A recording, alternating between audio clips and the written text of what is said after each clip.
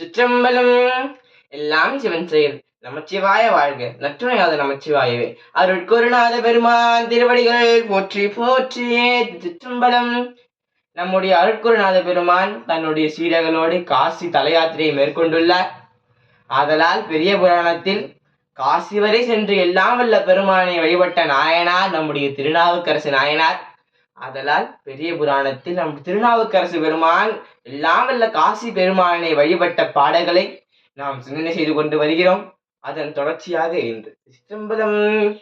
அங்கன் மாமலை மேல் மருந்தை வணங்கி ஆரருளால் மிக பொங்கு காதலின் உத்திர திசை மேல் விருப்பொடு பொதுவாக துங்க மால்வரை காணி ஆறு தொடர்ந்த நாடுகள் கடந்த செங்கல் மால் விடை அண்ணல் மருவு திருப்பருப்பதம் மேவினார்.